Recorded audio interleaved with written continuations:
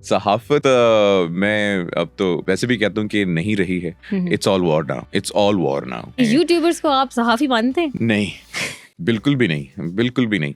इनका काम सिर्फ डॉलर कमाना है। ये व्यूज के लिए कुछ भी करेंगे, लाइक्स के लिए, फॉलोअर्स के लिए। अब देखिए, आप दहशतगर्दों की लाशें लेने जा रही हैं, कहती हैं जी हंसी आती है मुझे उसके ऊपर भी। कहती हैं कि जी दहशतगर्द थे, अब तो मर गए हैं ना, तो अब आपके किस काम के, अब हमें दे दें। प्रॉक्सी अकाउंट्स के खिलाफ पाकिस्तान का साइबर सिक्योरिटी निजाम किस हद तक मौसर है? इंडिया को जंग में पता लग गया होगा हमारा साइबर कितना स्ट्रांग है। कि क्या ये जो मौजूदा सहाफत है ये नेशन स्टेट सिक्योरिटी के तकाजे निभा रही है या सिर्फ रेटिंग की दौड़ में है? Ratings ratings rating.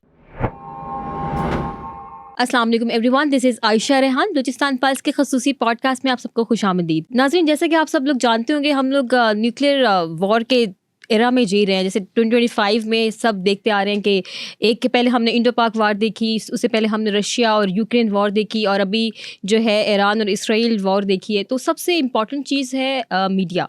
और इस वक्त पे जो है एक न्यूक्लियर पावर वॉर तो चल रही है, एडिशनली एक इन्फॉर्मेशन वॉर चल रही है। क्योंकि हर चीज़ जो है पीछे एक प्रोपेगेंडा है, फेक न्यूज़ का प्रोपेगेंडा है कि हर इंसान जो है वो एक अपना नैरेटिव देने के लिए बैठा हुआ है ऑन सोशल मीडिया स्पेशली। आज हमारे साथ मौजूद है anchor and director of Pakistan now, Munib Hamid sahab. Sir अस्सलाम वालेकुम। वालेकुम सलाम। बहुत शुक्रिया बलूचिस्तान पल्स को टाइम देने के लिए। My pleasure. सर, जैसा कि आपको भी पता है कि हम लोग जो है हमने अपनी आंखों से सारी जंगें देख ली हैं और इन जंगों में सबसे ज़्यादा जो हमने फेस की है चीज़ वो है फेक न्यूज़। अभी ये हो गया, जैसे इंडो पाक वॉर में सबसे ज़्यादा हमने देखा कि जी कराची एयरपोर्ट तबाह हो गया है, ये है वो है। और ये जंग सिर्फ तोपों टैंकों तक नहीं रही अब, बल्कि ये लफ्ज़ों पे, सोशल मीडिया, डिजिटल प्लेटफॉर्म्स पे आ चुकी है। इस जंग में दुश्मन हमारे जहन को निशाना बनाता है, जिससे वो जो है इस चीज़ को टारगेट करता है कि हम लोग जो है उसके वाला नैरेटिव उसको अपना लें। अब आज के दौर में जहाँ हर शख्स के हाथ में मोबाइल फ़ोन है और जो है ख़बरें लम्हा बालम्हा हम तक पहुँच रही हैं, और एक तूफ़ान है न्यूज़ का। तो दुश्मन जो है वो आप के खिलाफ एक प्रोपेगेंडा करता है, जाली खबरें फैलाता है और अवाम के इत्तेमाद को मुतज़लज़ल करता है। इस जंग में वही कामयाब है जो इल्म, शऊर और डिजिटल आगाही से काम ले। ये ना सिर्फ मालूमात को समझने की सलाहियत पैदा करती है, बल्कि इनका तनकीदी तज्ज़िया भी आना चाहिए। झूठी खबरों की इशाअत में सोशल मीडिया क्या किरदार अदा कर रहा है? मेरे ख्याल से झूठी खबरों के जो है उसकी डिसेमिनेशन में सोशल मीडिया सबसे बड़ा एक अपना किरदार अदा कर रहा है। और जिस तरीके से आपने देखा कराची की बंदरगाह, लाहौर की बंदरगाह सॉरी तबाह हो गई, कोयटा में जो है सबमरीन्स आ गई थी, और अभी ईरान इसराइल जो कॉन्फ्लिक्ट था वहाँ पे कोई हाई राइज टावर में उन्होंने अपने F-35 पार्क किए हुए थे छुपा के इसराइलियों ने। तो ऐसी इन्फॉर्मेशन जो वो फैल रही थी। ईरान ने इसराइली एजेंट को जो है बैलिस्टिक मिसाइल के साथ बांध के जो है वो मारा था। पाकिस्तान छोड़ के बाहर चले गए, ठीक है, और हाँ वो भाग के चले गए हैं और वो बेड के नीचे छुप गए हैं, पता नहीं ऐसी खबरें आ रही थी। तो सोशल मीडिया और miss information, disinformation is the new war, जिस पे मुझे याद है कि हम बहुत बार हाँ इसके ऊपर हमने निशानदेही की थी। इट्स बीन ईयर्स, 7, 8, 10 साल पहले हमने कहा था कि this thing is coming, information warfare is coming. अगर आप अगर किसी को ब्रेन वॉश कर सकते हैं तो आपको बुलेट की या बंदूक की या मिसाइल की ज़रूरत नहीं है। वो चलता फिरता आपके पास ग्रेनेड है वो इंसान। तो अब आके मुझे खुशी है सबसे पहले था कि वीव रियलाइज्ड कि information warfare, narrative building is a war.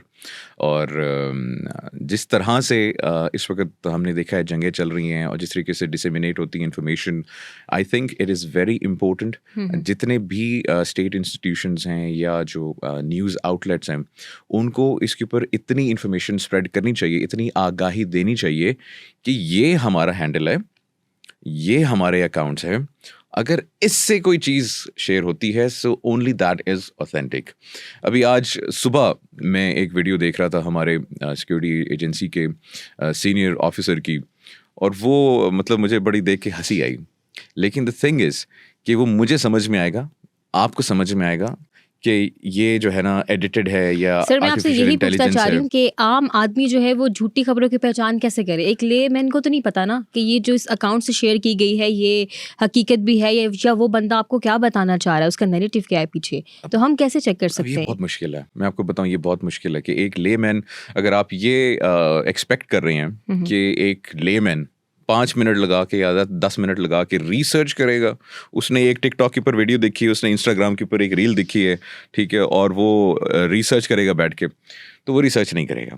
आपको जो है ना लॉज लेकर आने पड़ेंगे, आपको स्ट्रिक्ट अकाउंटेबिलिटी करनी पड़ेगी on fake news, on disinformation, on misinformation. अगर कोई बंदा अनवेरीफाइड इंफॉर्मेशन, इनऑथेंटिक इंफॉर्मेशन अपने अकाउंट्स पे शेयर भी कर रहा है, तो there needs to be some amount of punishment, some amount of accountability. फिर ही वो एक उसके ज़हन में खौफ होगा, एक उसके डर होगा ऑफ अकाउंटेबिलिटी, तब वो जाके जो है ना इंफॉर्मेशन को जो है वो रोकेगा। नहीं तो किसी के पास टाइम नहीं है आज। मैं आपके पास भी मुश्किल से टाइम होगा, मेरे पास भी मुश्किल से टाइम होगा कि मैं बैठूं, मैंने एक इन्फॉर्मेशन देखी है और मैं अब बैठ के अखबार खोलूं, मैं आर्टिकल्स पढूं, मैं यूट्यूब पे जाऊं, मैं टिकटॉक पे जाऊं, मैं उनके स्टेट अकाउंट्स चेक करूं, मैं उनके ऑफिशियल अकाउंट्स चेक करूं, तो ये बहुत मुश्किल है। मतलब this is somewhere near to impossible in my opinion. That the only way we can counter this is through strict laws and accountability. अगर ये होगा तो ही हम जो है ना मिस इन्फॉर्मेशन, डिसइन्फॉर्मेशन को जो है कंट्रोल कर सकते हैं।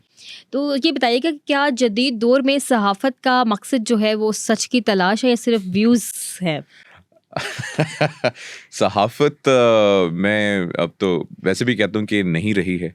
It's all war now, it's all war now. अगर मैं जियोपॉलिटिकल अरीना की बात करूं तो आप अपना नैरेटिव आप प्रोड्यूस करें और आप काउंटर नैरेटिव प्रोड्यूस करें।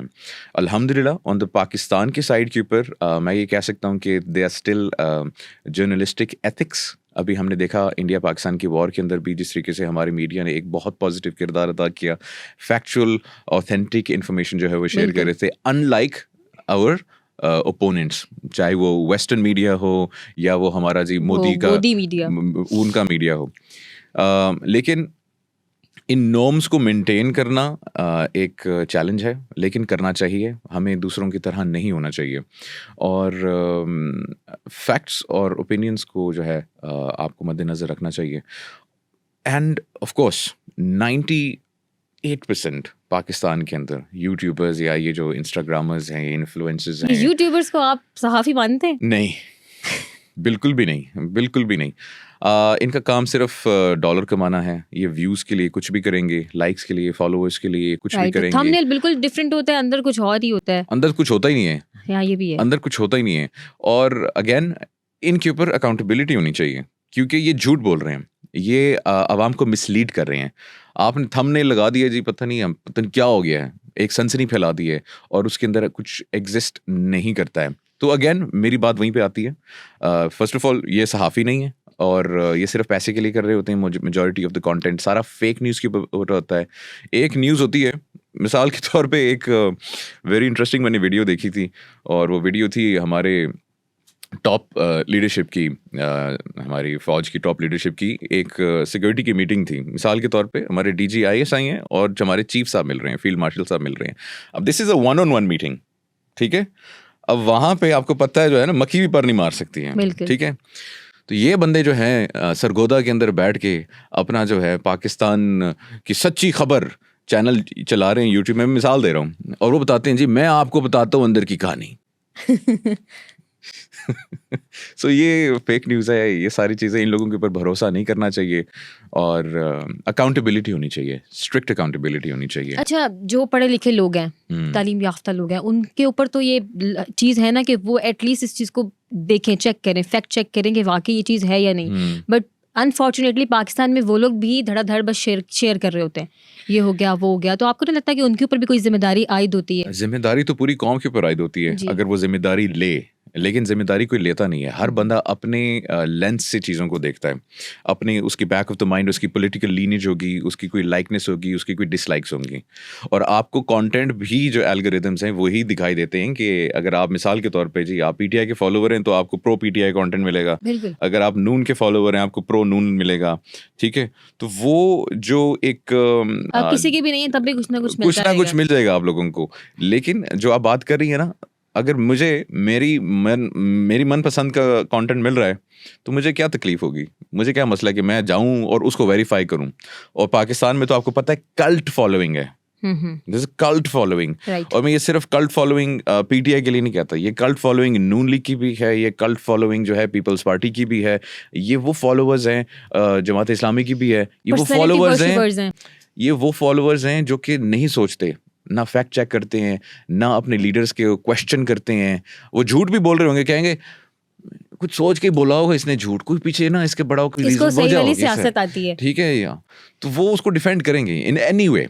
तो ये हमारी कौम की जिम्मेदारी बनती है कि सबसे पहले पाकिस्तान को सोचें, ये लीडर्स का बाद में सोचें।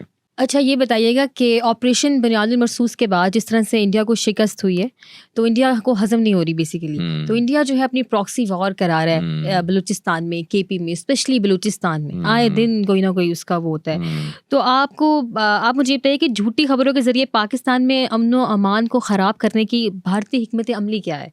क्योंकि आपको पता है BLA के कितने ज़्यादा अकाउंट्स हैं जिनके हैंडलर्स इंडिया में हैं और वो पीछे से उसको हैंडल कर रहे हैं और वो झूठी खबरें फैला रहे हैं, जी आज़ाद बलूचिस्तान चाहिए, ये चाहिए, वो चाहिए।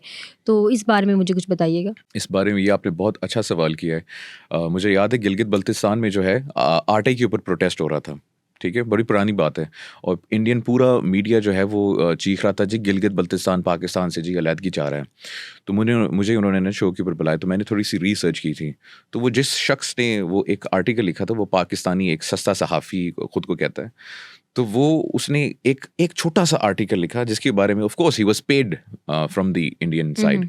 अब वो 5 या 10 हज़ार के अगेंस्ट उसने एक आर्टिकल लिखा और उसने किसी भी इररेलेवेंट सी छोटी सी कोई न्यूज़ वेबसाइट के ऊपर जाके पोस्ट कर दिया कि जी, और वो प्रोटेस्ट की पिक्चर लगा के कि Gilgit Baltistan is seeking independence from Pakistan. ठीक है, पाकिस्तान के अंदर अनफॉर्चुनेटली हमारे बहुत सारे लोग हैं जो कि बिक जाते हैं। ठीक है, 5,000 पे बिक जाएंगे, यहाँ पे 50,000 पे बिक जाएंगे, यहाँ पे लाख पे बिक जाएंगे, हर बंदे की कीमत लगी हुई है। Unfortunately this is a reality. अब वो उसको पैसे दे के अपना मनपसंद आर्टिकल जो है वो छपवा लेगा, वो न्यूज़ पे जो है वो पोस्ट करवा देगा, या किसी इंटरनेशनल वेबसाइट या जर्नल के ऊपर जो है ना उसको पोस्ट करवा देगा, जिसको इंडियन मीडिया या वेस्टर्न मीडिया बुनियाद बना के एक प्रोपेगेंडा करता है कि ये सच है और जो पाकिस्तान दिखा रहा है वो झूठ है। ठीक है, तो what we need to do, हमें इन सब लोगों को आइडेंटिफाई करना है जो कि सेल्फ प्रोक्लेम्ड जर्नलिस्ट बने हुए हैं, हु सेल देयर नेशन, ठीक है, फॉर सम मनी। हमें उनको आइडेंटिफाई करना चाहिए, हमें we should put them to accountability, justice उनको लेकर आएँ और उनको अकाउंटेबल करें। कि मिसाल even that is misinformation, disinformation, अभी तो पीका एक्ट हमारे पास इतना बहुत कुछ आया हुआ है, उनको अकाउंटेबल करें। And this is one way which India and our enemies in the west वो जो कि यूज़ कर रहे हैं तो पाकिस्तान में प्रोपेगेंडा करने के लिए। सेकंड, हमारे पास जो है सोशल मीडिया है। सोशल मीडिया में टिकटॉक है, हमारे पास इंस्टाग्राम है, हमारे पास स्नैप्स हैं। सॉफ्ट पावर, ठीक है, कोई एक बहुत ही आपका कोई इन्फ्लुएंशियल बंदा होगा, ठीक है, अब वो डायरेक्टली नहीं कहेगा लेकिन वो वीडियो बना देगा ऐसे कि मैं पाकिस्तान, आज मुझे पाकिस्तान की बड़ी तकलीफ़ हो रही है जी पाकिस्तान के हालात को देख के, और स्पेशली बलूचिस्तान के अंदर जो हमारी आवाम के साथ जो है जुल्म हो रहा है। अब उसने एक छोटा सा जो है ना ये फ़िक्रा बोल दिया एंड देन उसके बाद गायब हो गया। This is again paid and narrative building है थ्रू सॉफ्ट मीन्स। लेकिन आयशा, जहाँ पे बात आके ख़त्म हो जाती है ना, दैट इज़ पनिशमेंट्स, अकाउंटेबिलिटी। जब तक ये सारी चीज़ें नहीं होंगी आप प्रॉपरली काउंटर नहीं कर सकते। इनकी शनाख्त मुमकिन है, कोई क्लू जिस तरह की, इस तरह से हम पता कर सकते हैं? बिल्कुल मुमकिन है, क्यों नहीं मुमकिन। आप इनकी जो न्यूज़ वेबसाइट्स हैं, जो आर्टिकल्स हैं, जो न्यूज़ छपती है, यहाँ से जो उनको न्यूज़ भेजते हैं, दैट्स ओपन, दैट्स पब्लिक।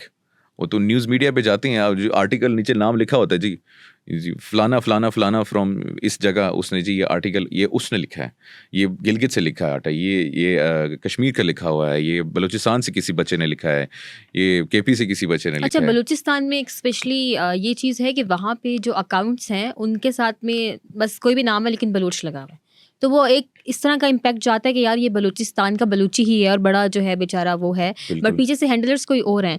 तो आप चूँकि एक सहाफ़ी हैं, तो आप मुझे ये बताइएगा कि क्या सहाफ़ियों को BLA और भारतीय प्रोपेगेंडा के खिलाफ कोई तरबियत दी जा रही है पाकिस्तान में, या उनको बताया जा रहा है कि आपने इस तरह से इसको हैंडल करना है, लोगों को गाइडलाइन देनी है? नहीं, अनफॉर्चुनेटली नहीं, और होनी चाहिए। जी। हर बंदे की होनी चाहिए। आई गेस ये प्रेस क्लब में जो है ना, इनके बाकायदा सेमिनार्स होने चाहिए। आपको सारी मीडिया को, रिपोर्टर्स को ऑल ओवर पाकिस्तान, जो उनकी लोकेशंस हैं, शहर में हैं, गाँव में हैं, आपको उनके लिए स्पेशल जो है वहाँ पे ट्रेनिंग्स और अवेयरनेस कैंपेन्स जो हैं, सेमिनार्स जो हैं ऑर्गेनाइज करने चाहिए। आप एक ओपन प्लेटफॉर्म रखें इन लोगों के लिए कि जहाँ पे आएँ और आपसे अपने दिल की भड़ास निकालें, सवाल करें, ठीक है? आप इनके सबसे जो मुश्किल सवाल हैं या सबसे मासूमाना सवाल हैं, उनका आप जवाब दें। क्योंकि मैं हमेशा कहता हूँ, सवाल पूछने से क्लैरिटी आएगी, राइट। ठीक है? अब वो सवाल पूछेंगे, आप जवाब देंगे तो क्लैरिटी आएगी। बहुत सारे लोग हैं, हमारी जब उनसे बहस होती है तो हमें, क्योंकि बलूचिस्तान की रियलिटीज़ का आइडिया है, we have got the information, we have got the facts, तो जब हम सारी चीज़ें उनके सामने रखते हैं तो फिर वो कहते हैं कि यार वाओ, ये तो मैंने कभी सोचा ही नहीं था, या ये इन्फॉर्मेशन तो मुझे पता ही नहीं थी। मिसाल के तौर पे मारंग बलोच को बहुत सारे लोग जो हैं वो डिफेंड करते हैं। वो कहते हैं कि जी ये बड़ी जी कौम की बेटी है, जी बड़े बलोचों के हकूक़ के लिए काम कर रही है। तो मैं कहता, तो ठीक है, मैं कहा अगर बलोचों के हकूक़ के लिए काम कर रही है तो फिर वो एक जो अपने पापा का जो ख्वाब है और वो जो झंडा है, तो उसको अपने सीने के ऊपर क्यों लगा के फिरती है? तो वो उसके तराने क्यों गा रही है? तो कहते हैं जी नहीं, ये झूठ है जी, फेक न्यूज़ है। फिर मैंने कहा आप खुद सर्च कर लें। फिर उनको खुद सर्च करवाते हैं, उनसे मेहनत करवाते हैं, उनसे कहते हैं हाँ जी अब सर्च करें, ये उसी का अकाउंट है, ये मारंग का अकाउंट है। कहते हैं ये जी जाफर एक्सप्रेस वाले वाक़ये के बाद जिस तरह से मारंग गई हैं और उन्होंने जाके जो है वो पॉइंट आउट किए हैं वहाँ पे जो लाशें थी कि जी ये तो हमारे बंदे हैं। एग्जैक्टली, आप ये तो देखें, ये कितना बड़ा आपके पास एविडेंस है। अब देखें, आप दहशतगर्दों की लाशें लेने जा रही हैं। राइट। कहती हैं जी हंसी आती है मुझे उसके ऊपर भी। कहती हैं कि जी दहशतगर्द थे, अब तो मर गए हैं ना, तो अब आपके किस काम के, अब हमें दे दें। मतलब look at the audacity, look at this. और उन लोगों को देखें जो इसको डिफेंड कर रहे हैं, मतलब अनबिलीवेबल, अनबिलीवेबल। सर मुझे ये बताइएगा कि फेक न्यूज़ और भारतीय प्रॉक्सी अकाउंट्स के खिलाफ पाकिस्तान का साइबर सिक्योरिटी निज़ाम किस हद तक मौसर है? इंडिया को जंग में पता लग गया होगा हमारा साइबर कितना स्ट्रांग है, और हमारा अल्हम्दुलिल्लाह बहुत स्ट्रांग है। लेकिन there is always room for improvement. हमें कंटेंट को फ़िल्टर आउट करने के लिए एआई को जो है अब यूज़ करना चाहिए। मिसाल के तौर पे जिस तरीके से सोशल मीडिया जो फेसबुक हो गया, मेटा हो गया, इंस्टाग्राम है और दूसरे चैनल्स हैं, वो किस तरीके से एआई के ज़रिए, एल्गोरिदम्स के ज़रिए हमारा कंटेंट मॉनिटर करते हैं और उसको जो है वो शैडो बैन कर देते हैं। अभी अल्हम्दुलिल्लाह मेरे जितने भी सोशल मीडिया अकाउंट्स हैं वो इंडिया के अंदर शैडो बैंड है, ठीक है? मुबारक हो। तो that's a badge on our shoulders. तो इसी तरीके से बल्कि वेरी इंपॉर्टेंट क्वेश्चन मेरे ज़हन में अभी चीज़ आई है इसके ऊपर भी हम लोग बारहा प्रपोजल सबमिट किए हैं, इनको पर्सनली बताते हैं, हमारी जितने भी प्यारे प्यारे भाई हैं उन लोगों को ये शेयर करते हैं इन्फॉर्मेशन कि social media headquarters south Asia के इंडिया के अंदर मौजूद हैं, चाहे वो एक्स का हो या वो Right. मेटा का हो, वो व्हाट्सएप का हो, वो स्नैप का हो। सो व्हाट हैपेंस इज जहाँ पे हम लोग मार खा रहे हैं और बहुत मौत खा रहे हैं, ये बहुत अच्छा पॉइंट ठीक है? आपने उठाया। दैट इज कि ये सारे हेडक्वार्टर्स साउथ एशिया के वो इंडिया के अंदर है। मतलब कि अगर मैं आपको कोई टेक्स्ट कर रहा हूँ या मैं किसी को टेक्स्ट कर रहा हूँ तो उसकी मॉनिटरिंग इंडिया के अंदर हो रही है, मतलब हमारा डेटा सिक्योर नहीं है, ठीक है? और ये जो इसका जो हल है वो ये है कि हम मेटा को और जितने भी सोशल मीडिया हेडक्वार्टर्स हैं उनको कहें India is our enemy state, India हमारे दुश्मन है। तो अगर आपने पाकिस्तान के अंदर अपनी वेबसाइट्स को, अपने सोशल मीडिया को प्रमोट करना है, आपने बिजनेस करना है, तो उनके जो हेडक्वार्टर्स हैं आप इस्लामाबाद के अंदर बनाएं और यू मेक श्योर कि पाकिस्तान का डेटा पाकिस्तान से बाहर नहीं जाएगा। एटलीस्ट इंडिया और वेस्ट पे जो हमारे दुश्मन हैं, एटलीस्ट उनके पास हरगिज नहीं जाएगा। We have to do this. मैं अगेन कह रहा हूँ, we have to do this.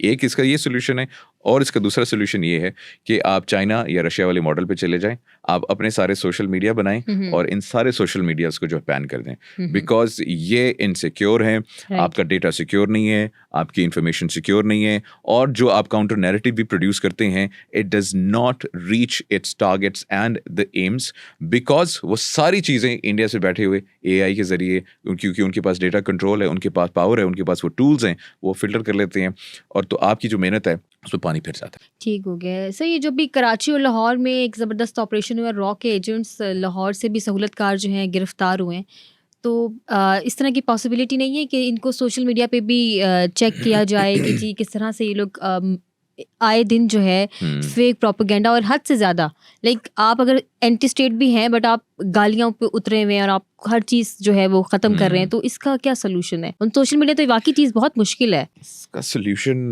जो मुझे लगता है कि पाकिस्तान की अवाम बड़ी प्यारी है, बड़ी फ़नकार अवाम है और ये प्यार की बात समझते नहीं है, और लेकिन फिर भी कोशिश करनी चाहिए। ये एथिक्स की बात है, ये तरबियत की बात है, ये आपके घर के माहौल की बात है। मैं यही कह सकता हूँ कि अगर आपके घर का माहौल गंदा है तो फिर आपकी जो है ना, आप गंदे अल्फाज ही इस्तेमाल करेंगे। तो मेरी पाकिस्तानियों से रिक्वेस्ट है कि अगर आप ये साबित करना चाहते हैं कि आपके घर का माहौल गंदा है तो फिर वो एक अलग बात है, लेकिन अगर आप साबित करना चाहते हैं कि आप एक अच्छे घराने से बिलोंग करते हैं, एक अच्छी रिस्पेक्टेबल फैमिली से बिलोंग करते हैं, तो अच्छे अल्फाज में तनकीद करें। मतलब ये ज़रूरी नहीं है कि अगर मुझे कोई एक शख्स पसंद नहीं है और मैं उसको गालियाँ देने लग जाऊँ, मैं उसकी जो है ना घर तक पहुँच जाऊँ, उसकी माँ बहनों तक पहुँच जाऊँ। अगर मुझे वो बंदा पसंद नहीं है, ये तो नेचुरल है ना। हो सकता है मुझे भी बहुत सारे लोग पसंद नहीं है, लेकिन मैं हमेशा एक चीज़ कहता हूँ, तनकीद करने का भी एक तरीका है, एक सलीका है, एक बेसिक एथिक्स हैं कि अगर आपको कोई चीज़ पसंद नहीं है तो आप अच्छे अल्फाजों का चुनाव करके आप उसकी वो चीज़ ज़ाहिर कर सकते हैं। लेकिन ये जो गालियों का कल्चर है, ये जो बदतमीज़ी का कल्चर है और ये जो बिलो द बेल्ट चले जाते हैं, इसको एज अ सोसाइटी हमें रिजेक्ट करना चाहिए। हम मुसलमान हैं, हम अच्छे लोग हैं, हम अच्छे घरों से बिलोंग करते हैं, हम श्योर हम सब अच्छे घरों से बिलोंग करते हैं।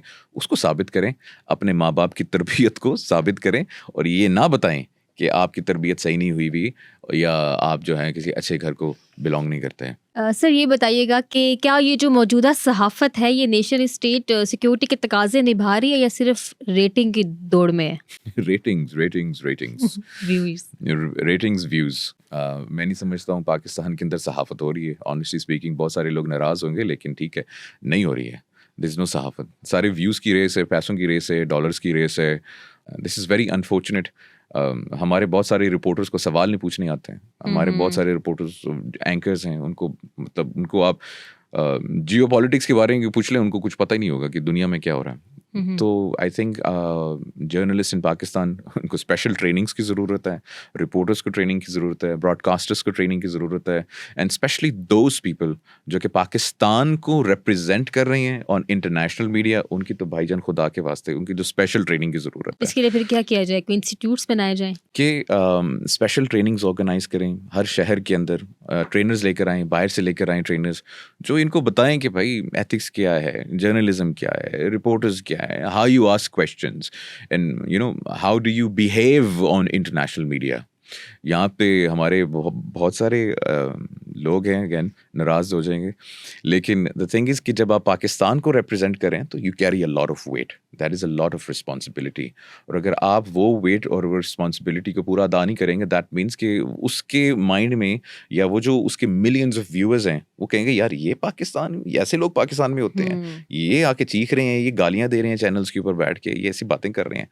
तो आई गेस उसके ऊपर जो है ट्रेनिंग। चले लोग आपने नाराज कर दिए।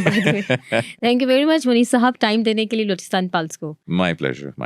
बलोचिस्तान की मजीद अपडेट्स के लिए देखते रहिए बलोचिस्तान पल्स।